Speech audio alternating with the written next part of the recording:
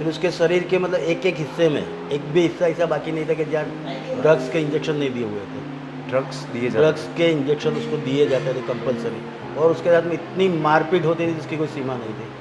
इनके पास इतनी गंदी हालत में ये लोग जीते हैं कि मतलब जिसकी कोई सीमा नहीं है। तो समाज की मानसिकता एक ही है कि या तो गाली गलौज करेंगे या पत्थर मारेंगे, तो उस हिसाब से समाज इनसे दूरी भागता है।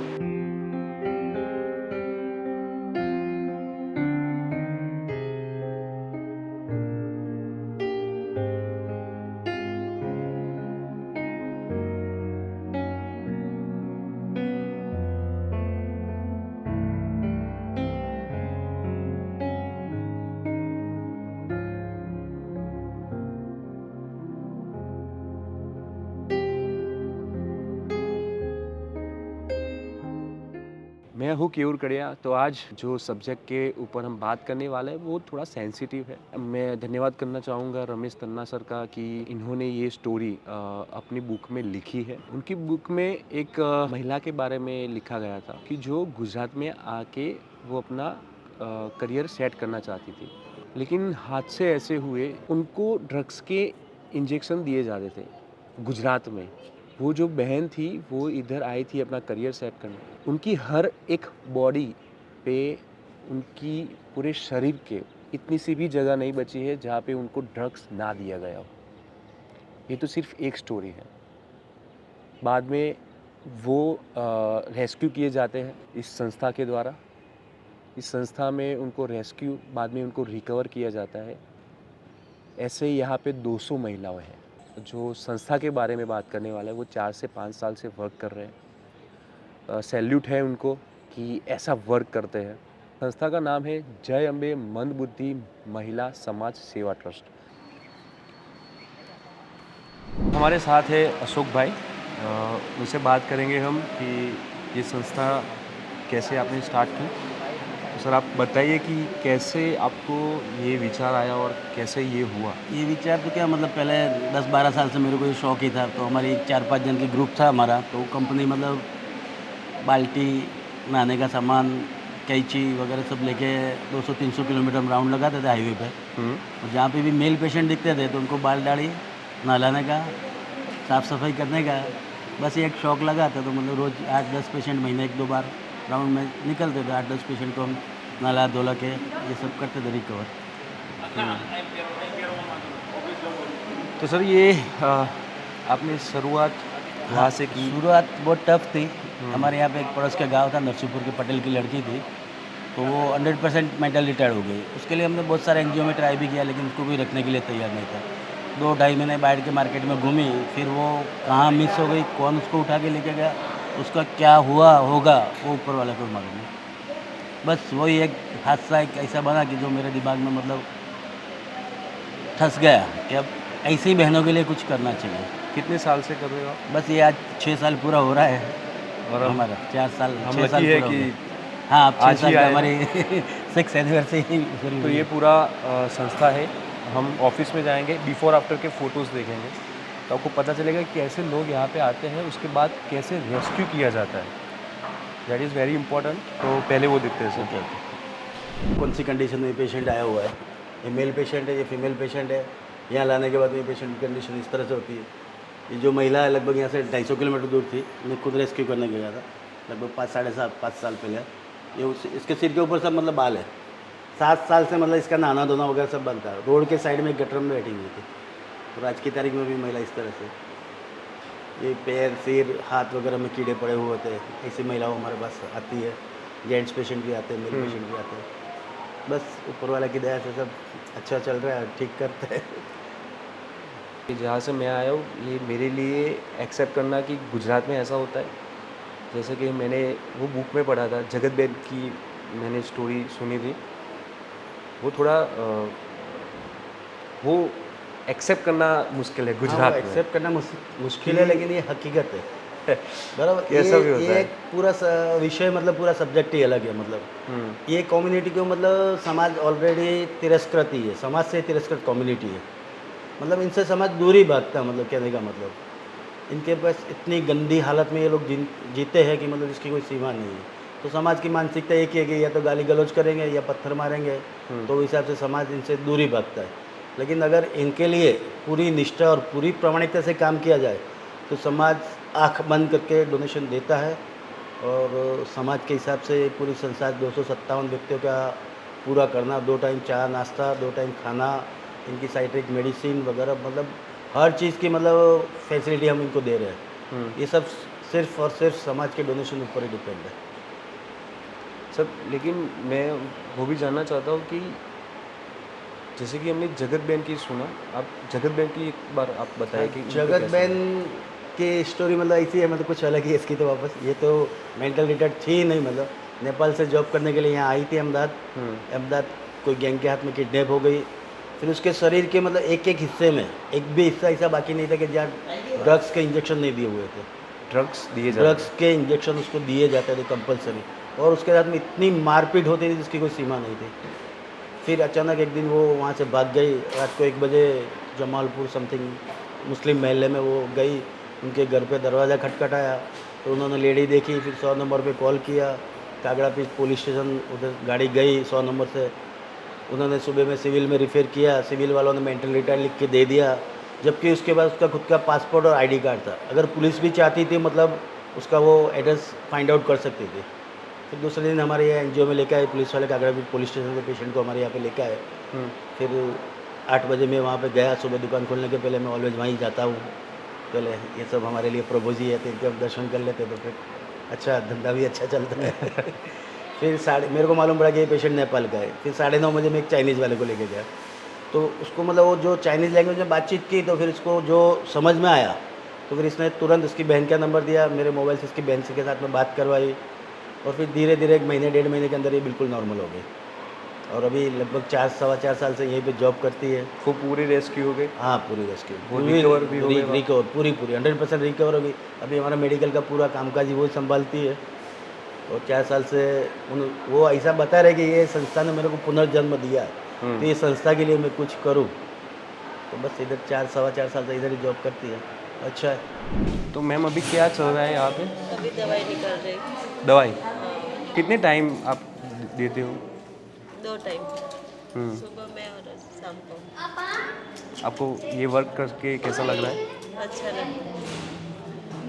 ये दवाई भी बाहर से ही आती है, डॉक्टर के द्वारा? हाँ, डॉक्टर। हेड्स ऑफ अशोक भाई ये संस्था को कि ये लोग दवाई देते हैं, सुबह शाम नाश्ता होता है, लंच होता है, डिनर होता है। કેમ છો સર? બસ મજામાં. તમારા વિશે થોડું જણાવો, તમારું નામ? હું વિજય પટેલ.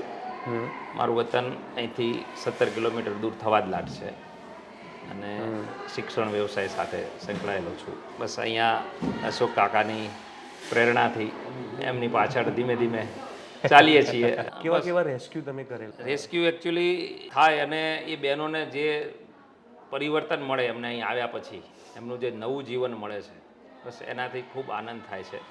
અને દુઃખ એ બાબતનું છે કે આ બહેનોની હાલત આવી કરવા પાછળ ક્યાંક ને ક્યાંક માણસ જ જવાબદાર હશે કે આ બહેનો રસ્તા ઉપર હોય, એમનું તસ્કરી થાય માનવ અંગોની, અને જ્યારે એ અહીંયા આવ્યા પછી સુરક્ષિત બને છે, પણ એ પહેલાં એમની સાથે જે બનાવો બનતા હોય છે. 2019ની વાત કરું, નવા વર્ષના દિવસે મારું વતન થવાદલાટ છે, ત્યાં એક બેન રાત્રે આવી ચડ્યા ચાલતા ચાલતા, મનોદિવ્યાંગ બેન જ કુદરતી, અને એમને ત્યાં ગામમાં આવ્યા એટલે અમારા ઘરે જ જમાડ્યા, પછી રાત્રે અહીં મૂકી ગયા આશ્રમમાં, અને બીજા દિવસે સેવાસાથી સ્ટાફગણે એમને નવડાવ્યા, સવારમાં કપડાં બદલાવ્યા હાથે, તો કોથળો સીવ્યો હોય એ રીતે ટાંકા લીધેલા હતા પેટના ભાગમાં.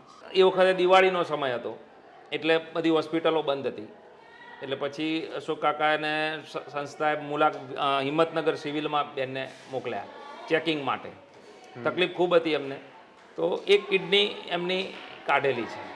મતલબ એ કિડની કાઢીને એનું વેચાણ થયું એવું અનુમાન કરી અનુમાન શકીએ. કરી આશ્રમ હંમેશા પ્રયત્ન કરે છે કે આવી બહેનોને કે ભાઈને અહીંયા આશ્રય મળે અને એમનું ભરણપોષણ થાય, એમને ખૂબ નવી જિંદગી જીવવા મળે, સુરક્ષિત જિંદગી જીવવા મળે, અને એની પાછળ સમાજ સાથ આપે છે અને આશ્રમ કાર્યરત થઈ રહ્યો છે. દાહોદની એક ઘટના છે, સાંકળથી બાંધેલા રાખવામાં આવે એ પણ ખેતરમાં, અને ત્યાં એમના મિત્ર કૂતરા, એમના ફ્રેન્ડ, અને એ બેનને જ્યારે અહીંથી રેસ્ક્યુ કરી અને લેવા માટે જવામાં આવ્યા પોલીસની મદદથી, ત્યારે સાંકળ તોડવા માટે હથોડીનો ઉપયોગ કરવો પડ્યો, છીણીનો ઉપયોગ કરવો પડ્યો, અને એકદમ નિર્વસ્ત્ર, કપડાનું પણ ઠેકાણું નહીં, એકદમ અવાવરૂ જગ્યા ઉપર, અને ત્યાં જ સંડાસ પાણી કરવાનું, નર્કથી પણ ખરાબ પરિસ્થિતિમાં બેન ત્યાં જીવતા હતા.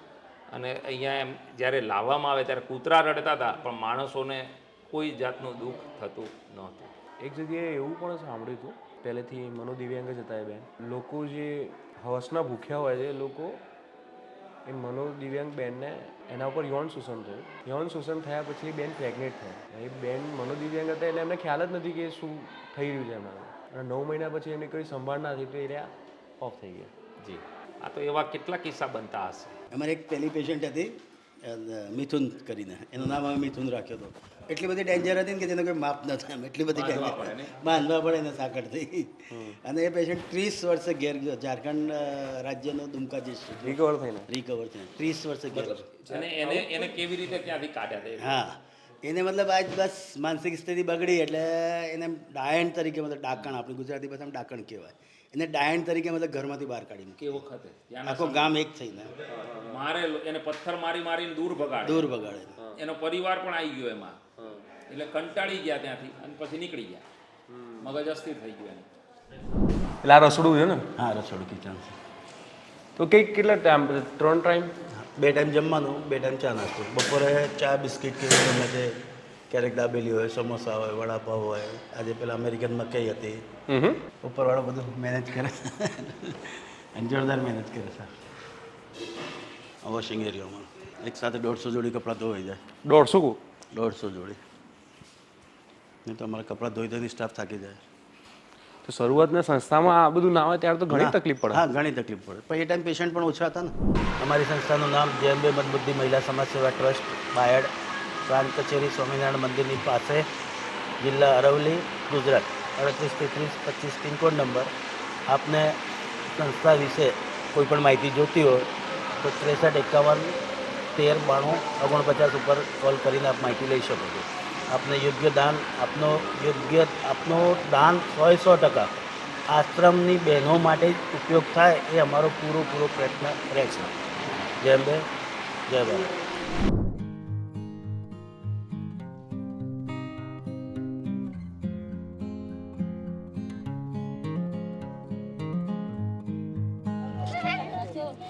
આ છે ને સીતા, એ કાકાની લાડકી દીકરી.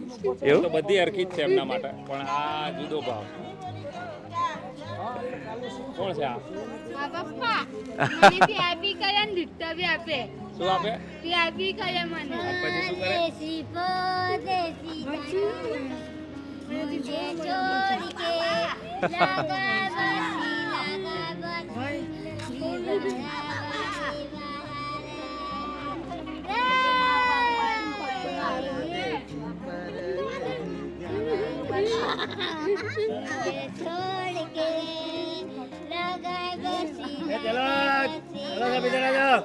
જય અંબે આશ્રમને સ્થાપનાને 6 વર્ષ પૂરા થાય છે. 4/9/2017 રોજ આશ્રમની સ્થાપના કરવામાં આવી હતી. 13ના દિવસે માતાજીની ખૂબ કૃપા છે અને હજુ પણ એનાથી વિશેષ કૃપા બની રહે અને આશ્રમવાસી બહેનો મોટાભાગના બધા ઘરે વધુને વધુ પહોંચતા રહે એવી પ્રાર્થના કરીએ. અને અશોકભાઈ અને સીતાબેન કેક કાપી અને આપણે ઉજવણી કરી રહ્યા છીએ. બોલો અંબે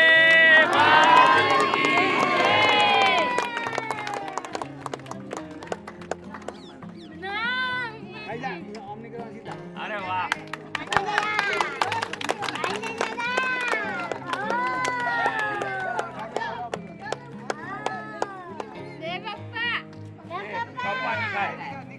પપ્પાની ખાય પપ્પાની કોઈ ના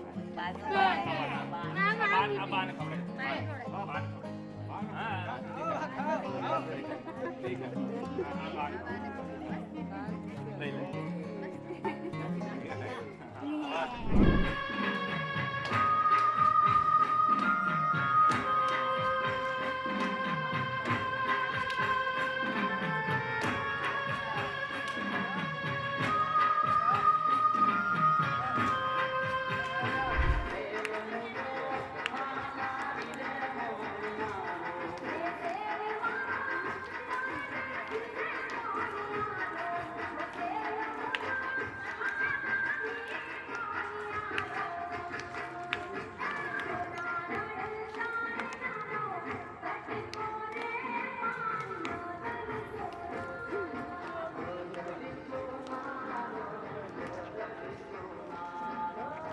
आपने देखा कि संस्था कैसे इन महिलाओं को मदद करती है।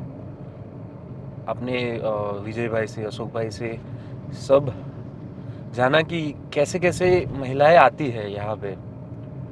तो मेरे पास तो कोई शब्द नहीं था कि मैं कैसे आपको बताऊँ कि ये लोग इतने लाचार होने के बाद भी कैसी ज़िंदगी जी रहे हैं। जब गरबा स्टार्ट था तो उनके फेस पे स्माइल थी। वैसे तो हम कभी कभार ही हंसे होंगे।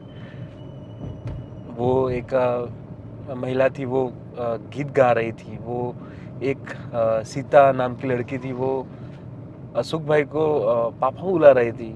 वो फीलिंग मैंने महसूस की इस संस्था में कि अशोक भाई ने बहुत ही नाम, बहुत ही इज्जत कमाई है।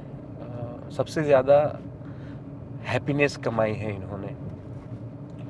तो मुझे बहुत ही अच्छा लगा। मैं डिस्क्रिप्शन में इनका नंबर और मैं डाल देता हूँ। अगर एक गुजारिश है कि अगर आपको कोई ऐसी महिला मिलती है सड़क पे या किसी भी जगह पे जो डिप्रेशन का शिकार बन चुकी है, वो मेंटली स्टेबल नहीं है, तो आप इनसे कांटेक्ट कर सकते हैं। ये रेस्क्यू करेंगे, बाद में रिकवर भी करेंगे और बाद में घर भी भेज देंगे।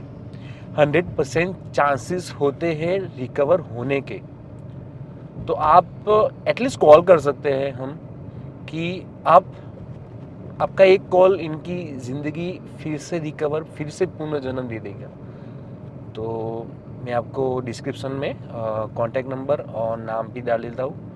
तो ऐसा प्लीज़ हो सके तो ऐसा आपको कोई मिलता है तो आप इनको कॉल करें, वो रेस्क्यू करेंगे।